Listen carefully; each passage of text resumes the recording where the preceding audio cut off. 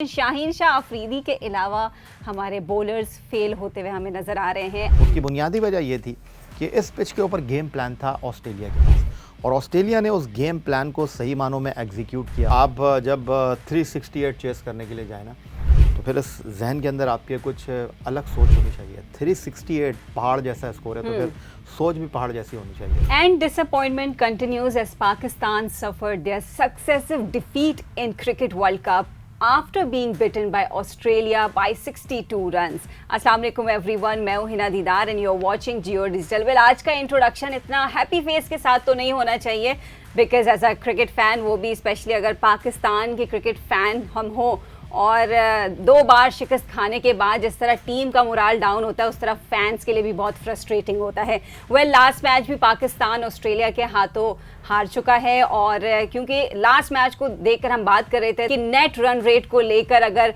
Improve करना है पाकिस्तान तो ऑस्ट्रेलिया के अगेंस्ट मैच जीतना लाजमी था, लेकिन हर मैच बहुत इंपॉर्टेंट है। तो इस मैच ने भी काफ़ी डेंट किया है और जो 4th पोजीशन थी पॉइंट्स टेबल में पाकिस्तान की, अब वो 5th नंबर पर स्टैंड कर रहे हैं और ऑस्ट्रेलिया प्रमोट होकर नंबर 4 पर है। वेल, बात करेंगे इस मैच को लेकर, but also we'll talk about the next match जो पाकिस्तान खेलेगा अफगानिस्तान के अगेंस्ट। बहुत मैचेस हैं और अब तो और टफ टीम्स के साथ मैचेस होने वाले हैं। सो लेट्स फाइंड आउट कि आज हमारे जो गेस्ट हैं वो इस मैच को लेकर उनकी क्या रिएक्शंस हैं। So let me introduce our guest, sports anchor, senior sports journalist Yahya Husaini is with us। कैसी हैं आप? ठीक ठाक है? ठीक ठाक तो नहीं है हम, क्योंकि हम नहीं, आपको तो ठीक ठाक होना जरूरी है क्योंकि शो आपने करना है। बिल्कुल, वहाँ पर पाकिस्तान टीम को अपना काम करना है तो हर किसी को ठीक ठाक होना जरूरी है। हाँ, जख्मी दिल के साथ एज अ फैन, क्योंकि एक जख्म हमारा भरा नहीं था अगेंस्ट इंडिया, स्टिल एक और लॉस हमने देखा।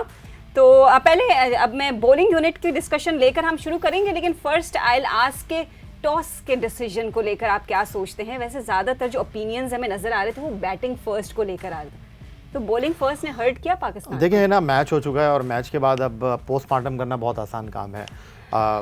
वजह जानना, मुहर्रिकात जानना, और एक बात तय है क्यों आप ये बात कर रहे हैं। दोनों एस्पेक्ट को मेरा ख्याल है हम तोल लेते हैं और फिर फैसला मेरा ख्याल है आप पे छोड़ देते हैं या देखने वालों के ऊपर छोड़ देते हैं। बाबर आजम ने टॉस जीतकर पहले बैटिंग का फैसला नहीं किया, उसकी क्या वजूहत थी? उसकी पहली वजह ये थी कि हमने ऑस्ट्रेलिया के साथ कुछ साल पहले जो है होम ग्राउंड पर वनडे सीरीज़ जीती थी और लाहौर में एक मैच था जिसमें इमामुल हक ने 100 किया था, बाबर आजम ने 100 किया था और 300 प्लस करके हम वो मैच जीते थे। एक बाबर आजम के जहन में वो वजह थी। दूसरी वजह बाबर आजम के जहन में ये हो सकती है कि वो जो हमने हैदराबाद दक्कन के Rajiv Gandhi international cricket stadium में रिकॉर्ड 345 चेज़ किया अगेंस्ट श्रीलंका, और वो हो सकती है। और तीसरी वजह क्या थी? तीसरी वजह शायद ये हो सकती है कि ये पिच जो है वो बैटिंग के लिए अच्छा है और शायद ड्यू फैक्टर जो है वो ऑन हो सकता है। पहले टॉस जीतकर बैटिंग करने की तो ये 3 वजूहत हो सकती हैं, लेकिन आप या वो लोग जो मुझ समेत ये समझते हैं कि हमें पहले बैटिंग करना चाहिए थी, उसकी क्या वजह है? अब मुझे नहीं पता कि आप क्या सोच रही हैं, लेकिन मैं अगर आपको बताऊं तो उसकी बुनियादी वजह ये थी कि हम एक ऐसी टीम के साथ मैच खेल रहे थे जो श्रीलंका से जीत कर ज़रूर आई थी, लेकिन वो टीम इतनी कॉन्फिडेंट नहीं थी। तो आपकी असल स्ट्रेंथ जो है वो आपकी बॉलिंग थी। तो आप इस पिच के ऊपर जाते, एक प्रेशर मैच था, दोनों टीमों के लिए मेक और ब्रेक वाला मैच था। आप इस मैच में जो है अपने ऊपर कम से कम प्रेशर रखते, आप जाते और रन्स करते, और 300 रन्स अगर आप स्कोर बोर्ड पर लगाते तो ऑस्ट्रेलिया क्या कोई भी दुनिया की बड़ी से बड़ी टीम जो है वो अंडर प्रेशर आ सकती थी। दूसरी जो सबसे इंपॉर्टेंट चीज़ जो आपने नहीं सोची, आई थिंक मेरा ख्याल है, वो चिन्ना स्वामी क्रिकेट स्टेडियम के आदाद शुमार थे। आखिरी 3 एक रोज़ा मैच जो इस मैदान पर खेले गए वहाँ 69 सिक्सेस लग चुके थे। तो आप अंदाज़ा कर सकती हैं कि बाउंड्री कितनी फास्ट थी, आउटफील्ड कितनी क्विक थी, और 64.5 इस मैदान की बाउंड्री थी और इस मैदान पर एवरेज स्कोर 300 था। तो अगर आप टॉस जीतकर बैटिंग करते, आपकी स्ट्रेंथ आपकी बैटिंग थी और आपकी स्ट्रेंथ आपकी असल में बॉलिंग थी, तो आपकी जो बॉलिंग थी वो सिचुएशन को ग्रैब कर सकती थी। लेकिन शायद वो लगी बंदी सोच के साथ बाबर आजम आए थे, जिनके बारे में काम तासुर यही है कि वो होटल से पर्ची लेकर चलते हैं कि 2 ओवर इससे डलवाने हैं, 5 इससे डलवाने हैं, 4 इससे डलवाना है। तो शायद वो सोच में कहीं वो फंस गए थे और टीम मैनेजमेंट जो है वो तो अल्लाह माफ़ करे उनके बारे में अगर मैं ये कहूँ कि जनाब वो सिर्फ जीत के ऊपर केक काटते हैं या ट्रॉफियाँ बांटते हैं। मिकी आर्थर साहब की मैं बात कर रहा हूँ, अदरवाइज़ ना उनकी कोई सोच नज़र आ रही है। अदरवाइज ना उनका कोई गेम प्लान नज़र आ रहा है। ये इसके पीछे असल वजह थी। वेल वजह थी मे बी टॉस में जो डिसाइड किया गया, बाबर आजम और टीम मैनेजमेंट ने जो प्लान किया होगा, जो स्ट्रेटजी बनाई होगी, बट वी आर श्योर कि वो उस स्ट्रेटजी पर कामयाब हमें होते हुए नज़र नहीं आए कल के मैच में। बट हम बात करेंगे अपनी बॉलिंग यूनिट की, और बॉलिंग यूनिट हमारी स्ट्रेंथ, जिन्हें हम बड़ी उम्मीदों के साथ इस वर्ल्ड कप में हम चाह रहे थे कि हमारी बॉलिंग यूनिट अच्छी परफॉर्म कर सके, लेकिन शाहीन शाह अफरीदी के अलावा हमारे बॉलर्स फेल होते हुए हमें नज़र आ रहे हैं, up to the mark perform नहीं करते हुए नज़र आ रहे।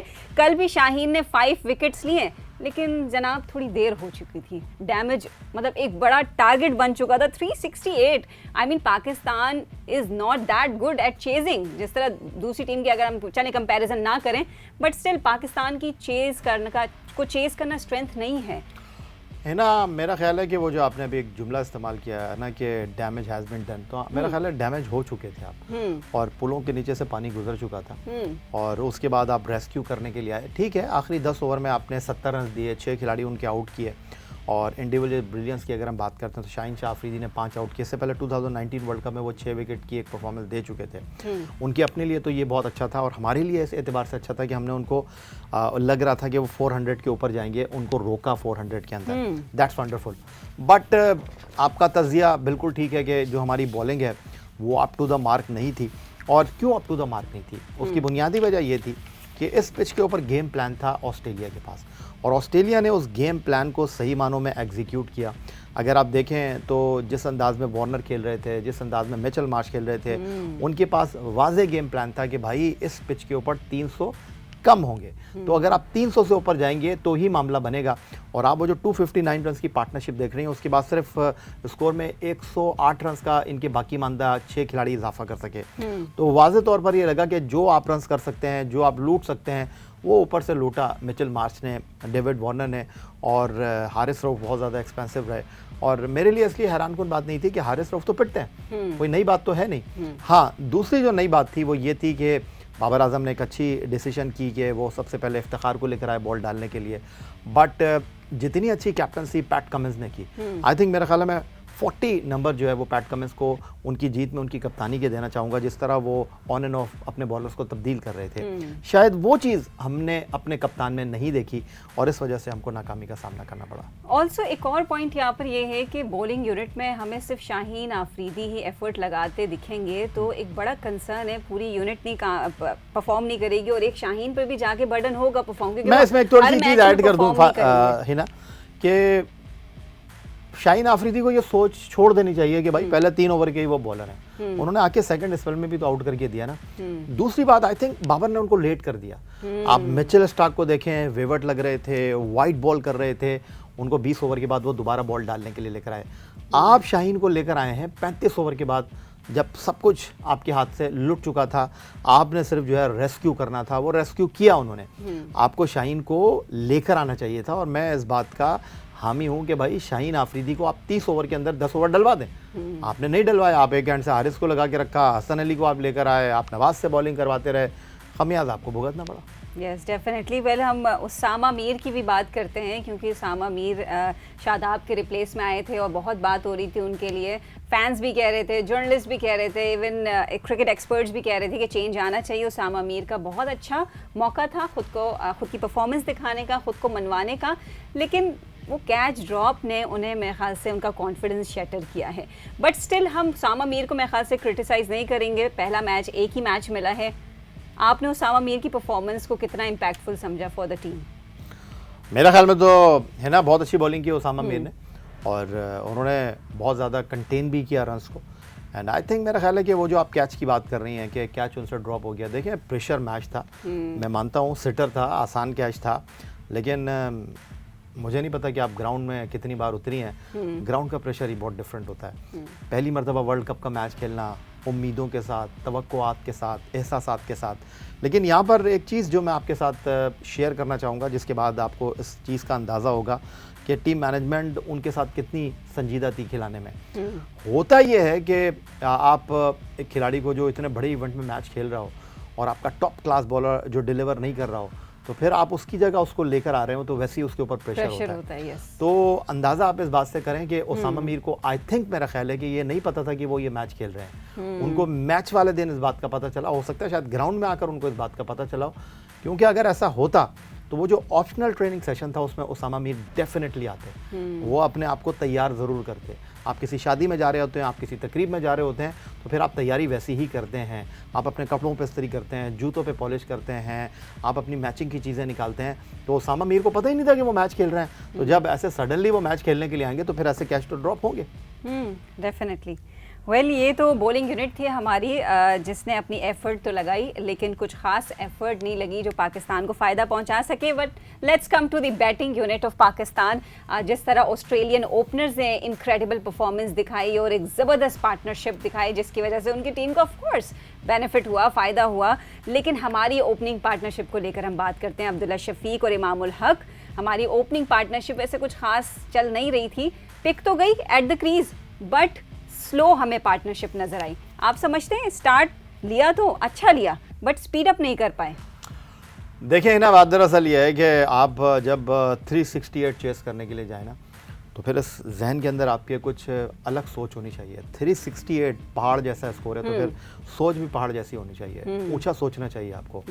ठीक है, अब्दुल्ला शफीक के ऊपर क्रिटिसिज्म हो रहा है, इमामुल हक के ऊपर क्रिटिसिज्म हो रहा है कि जी वो अपने लिए खेले, आपको नंबर्स भी इस बात का खुलासा कर रहे हैं। लेकिन आपने कभी देखा कि पाकिस्तान टीम ने 20 ओवर की बैटिंग में 130 प्लस रन किए हों? तो इस एतबार से तो पाकिस्तान ने अपना जॉब डन किया। जो ओपनर्स का काम था उन्होंने कर दिया था। आप देखो 259 ऑस्ट्रेलिया करता है और नंबर 3 पर वो अपना बैटिंग ऑर्डर चेंज करते हैं और स्टीव स्मिथ की जगह वो बल्लेबाजी करने के लिए जो है ग्लेन मैक्सवेल को भेजते हैं, जिनकी पाकिस्तान के खिलाफ वनडे क्रिकेट में एवरेज 52 है। वैसे ओवरऑल उनकी एवरेज जो है वो 33 है। इसका मतलब कि ऑस्ट्रेलिया को पता था कि भाई इस पिच के ऊपर हम जाएंगे 350 से ऊपर, वरना वो बैटिंग ऑर्डर क्यों चेंज करते। और आपने अपने जो बैटिंग ऑर्डर थी उसको गोंद की तरह पर्ची के ऊपर लगा के चिपका दिया था कि नंबर 3 पर बाबरी होंगे, नंबर 4 पर रिजवान होंगे, नंबर 5 पर सऊद होंगे, नंबर 6 पर इफ्तिखार होंगे। आपको कुछ आउट ऑफ द बॉक्स जाना था।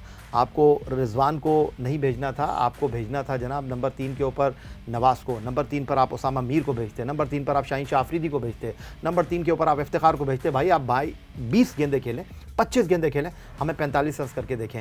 जिस वक्त आपका पहला विकेट गिरा उस वक्त आपको लगभग कुछ 180 गेंदों पर 230 रन की ज़रूरत थी। अगर वो कोई 30-35 रन हो जाते तो मुकाबला रन बॉल के ऊपर आ जाता। आपने देखा कि इफ्तिखार ने जिस तरह बैटिंग की, सऊद शकील ने जिस तरह बैटिंग की, दांतों तले पसीना आ गया था ऑस्ट्रेलियंस के। अगर वो थोड़ी सी बैटिंग लिंगर ऑन होती तो मामला कुछ डिफरेंट हो सकता था। तो आप अगर ये पहले कर लेते तो आपको आकर जो है सर नहीं पकड़ना पड़ता। यस, एंड ऑल्सो जहां आप नंबर्स की बात कर रहे हैं तो वहां स्किपर की बात करना हमें लाजमी है। जो डिसीजंस ऑन फील्ड लिए जाते हैं उसमें पाकिस्तान के कैप्टन का बड़ा रोल होता है।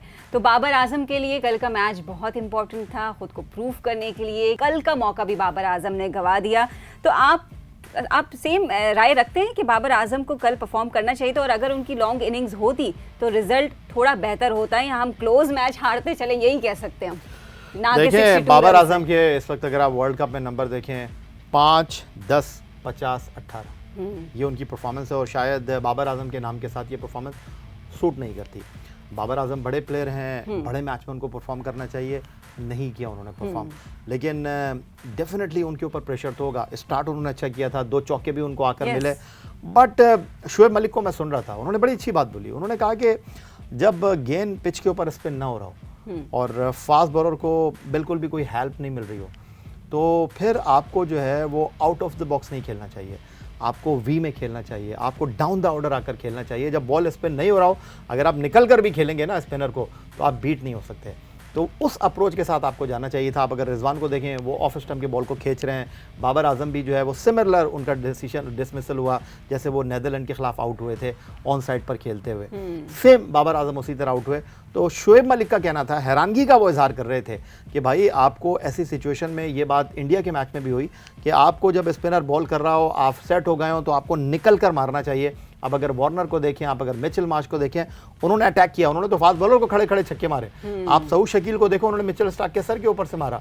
तो वाई तो इसके ऊपर हैरानगी हो सकती है, और क्या कहें। डेफिनेटली वेल बैटिंग यूनिट भी कुछ खास हमें चिप इन करती हुई नजर नहीं आई, लेकिन अब चूंकि ये क्वेश्चन है कि पाकिस्तान के पास अब भी चांसेस हैं, यस ऑफ कोर्स चांसेस हैं, लेकिन चांसेस के बारे में हम याया हुसैनी से पूछते हैं कि सेमीफाइनल की दौड़ में अब पाकिस्तान को आगे मजीद 5 मैचेस खेलने हैं और तगड़ी टीम्स हैं, तो कितने मैचेस खेलना लाजमी है पाकिस्तान को to qualify for the देखिए, अब मसला ये हो गया कि वो आपके एक चचा हैं जिनके साथ आपके अब्बू के ताल्लुकात ठीक नहीं है और आपको उनके साथ कोई काम पड़ गया है, तो आप उनके घर जा रहे हैं, तो आप ना ही समझे ना, फिर तो या तो उनके दिल में अल्लाह ताला कोई डाल दे, या आपकी किस्मत अच्छी हो, तो अब आपकी मतलब हमें किस्मत पे रिलाई करना है। बिल्कुल आपको अपनी किस्मत के साथ जाना होगा, इसमें कोई शक व शुबे की गुंजाइश नहीं है, क्योंकि देखिए ऑस्ट्रेलिया की टीम 2 बड़ी टीमों से हारी है, इंडिया से हारी, ऑस्ट्रेलिया की टीम साउथ अफ्रीका से हारी।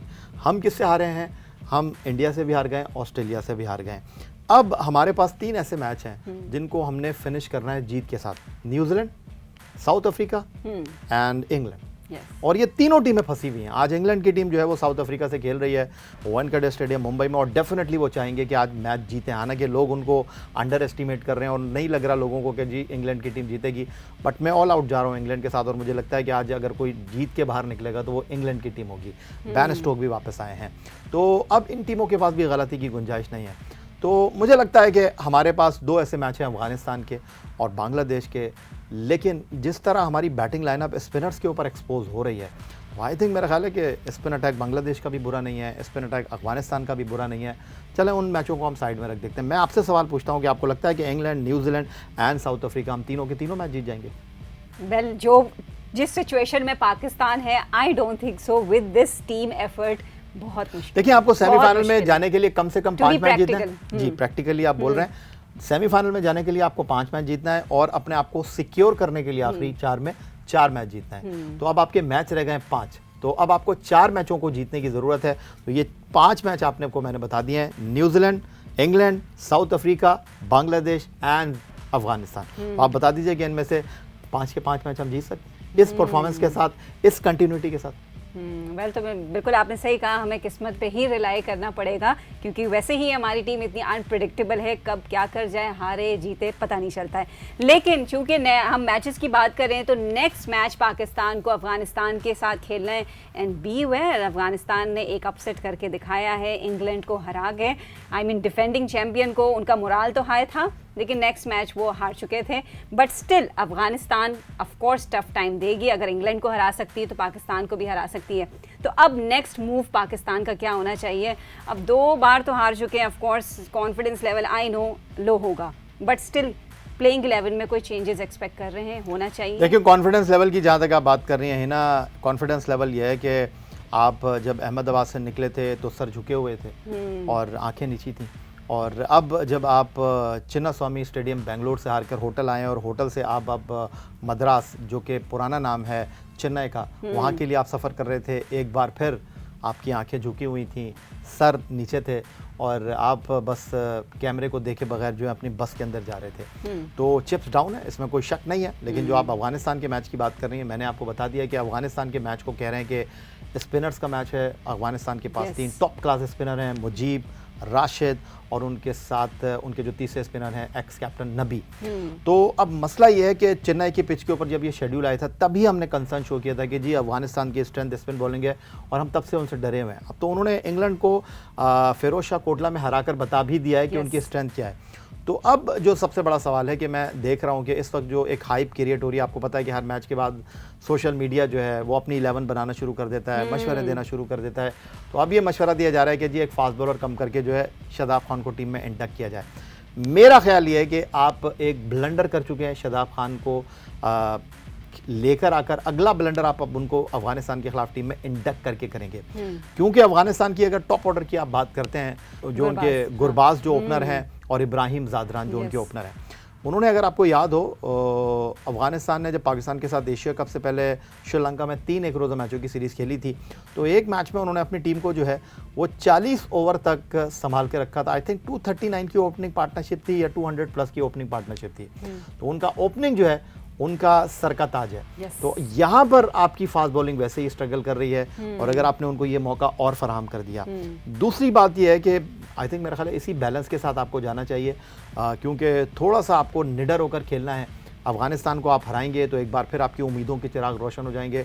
आप होटल में जो सोचते हैं आपको ग्राउंड में वो एग्जीक्यूट नहीं करना, आपको ग्राउंड की चीज़ों को ग्राउंड में ही लेकर चलना है। अगर आप बाहर क्या चल रहा है उस सोच के साथ अंदर जाएंगे, टीम को जेल होना बहुत ज़रूरी है। Definitely, well rightly said. Gurbaz खासकर मैं कहूँगी यंग क्रिकेटर अफगानिस्तान के बड़े एग्रेसिव क्रिकेट खेलते हैं और ऑफ कोर्स बिल्कुल पाकिस्तानी ओपनर्स की तरह वो स्लो नहीं खेलते, छक्के चौके बाउंड्रीज और अटैकिंग क्रिकेट खेलते हैं। तो पाकिस्तान टीम को इस चीज़ से अवेयर रहना चाहिए, उसी के अकॉर्डिंग प्लान बनाना चाहिए। वैसे मैंने अफगानिस्तान के अपसेट की जो बात की, हर बड़े टूर्नामेंट में अपसेट्स को लेकर बड़ा इंटरेस्टिंग डिबेट हो रही होती है कि छोटी टीम ने बड़ी टीम को हरा दी। क्या रीज़न आपको लगता है ये अपसेट्स क्यों होते हैं? क्या बड़ी टीम्स रिलैक्स होके होमवर्क नहीं कर पाती छोटी टीम्स, और छोटी टीम्स की स्ट्रेंथ से अनअवेयर होती हैं? देखें ना, बात दरअसल ये है कि मैं इसको अपसेट नहीं कह रहा। अच्छा, मैं इसको कह रहा हूँ ये वो नताइज हैं जिससे लोग अपसेट हो रहे हैं। अब ओके। लोग कब अपसेट होते हैं you know very well. Yes, ठीक है जी। हाँ। तो अब आप अगर बात कर लें, इंग्लैंड जो हारा है, इंग्लैंड अपने ओवर कॉन्फिडेंस होने की वजह से आ रहा है। वो लियाम लिविंगस्टोन से ही उम्मीद कर रहे हैं कि वो जी 5 आउट करके देंगे उनको। उनके पास जब मोइन अली जैसा बॉलर मौजूद है, व्हाई नॉट, आप मोइन अली को नहीं खिला रहे, आप लियाम लिविंगस्टोन को खिला रहे हैं। फिर दूसरा जो सबसे बड़ा मसला है कि उनके ओवर कॉन्फिडेंट होने का जो सबसे बड़ा सवाल है कि ठीक है कि उनके पास बेन स्टोक नहीं थे, आज की वो लाइनअप में शामिल हैं। उन्होंने पहले मैच के बाद टॉपली को टीम में इंडक्ट किया, उन्होंने आकर आपको अगले मैच में बांग्लादेश के खिलाफ आउट करके दिए। यहाँ पर थोड़ा सा अपने शेल में जाना होगा क्योंकि टीम तो बहुत तगड़ी है। और एक और जो प्रॉब्लम मुझे लग रहा है कि टॉप ऑर्डर में बैटिंग करते हैं उनके जो कैप्टन है जॉस बटलर, और जो उनके ओपनिंग बैट्समैन हैं, एक और विकेट कीपर हैं जॉनी बैरस्टो, उनसे बॉल टच नहीं हो रहा। ये दोनों अगर रन्स करेंगे तो डेफिनेटली ये टीम जो है वो हिलाकर रख सकती है। और आज के मैच के बाद आप देख लेंगे कि जिस तरह ऑस्ट्रेलिया की टीम इस मैच से पहले पॉइंट्स टेबल पर हमसे नीचे थी, इंग्लैंड की टीम भी टॉप 4 में शामिल हो जाएगी। Well, my last question Usama Mir को लेकर, आपने वैसे एक हिंट तो दे दिया है कि शादाब को दोबारा अगर इंडक्ट करते हैं तो एक पुअर डिसीजन होगा जो कि हर्ट करेगा डेफिनेटली। उसामा मीर को लेकर बहुत जल्दी लोग रिएक्ट कर रहे हैं एक ही चांस में, तो यू थिंक उसामा मीर को रिटेन करना चाहिए प्लेइंग 11 में फॉर द नेक्स्ट? किस चीज़ के वो लोग रिएक्ट कर रहे हैं आप मुझे बताइए कि उसामा मीर ने क्या बॉल अच्छी नहीं की? जिस स्कोर बोर्ड के ऊपर 367 लगे हुए हैं वहाँ तो उसामा मीर ने पिटना ही था। आप अब उसामा मीर को लेकर आए और मुझे तो लगता है उसामा मीर ने बहुत अच्छा बॉल डाला है और उसामा मीर को जितना आप खिलाएंगे उनका हौसला बढ़ेगा। और अगर आप वो कैच की बात कर रही हैं तो कैच तो बाबर आजम से भी छूटा है, कैच तो मिचेल मार्श से भी छूटा था, और वो कैच उस वक्त छूटा था जब विराट कोहली जो थे 12 रन पर बैटिंग कर रहे थे और फिर उन्होंने मैच फिनिश कर दिया था।